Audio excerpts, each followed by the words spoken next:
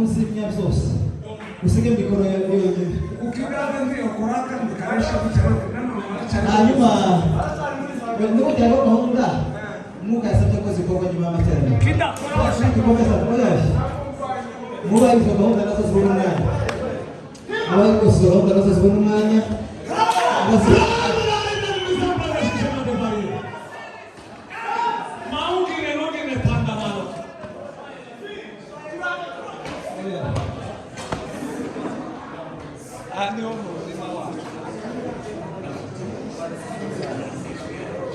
Anfita! Não é dessa fina morir.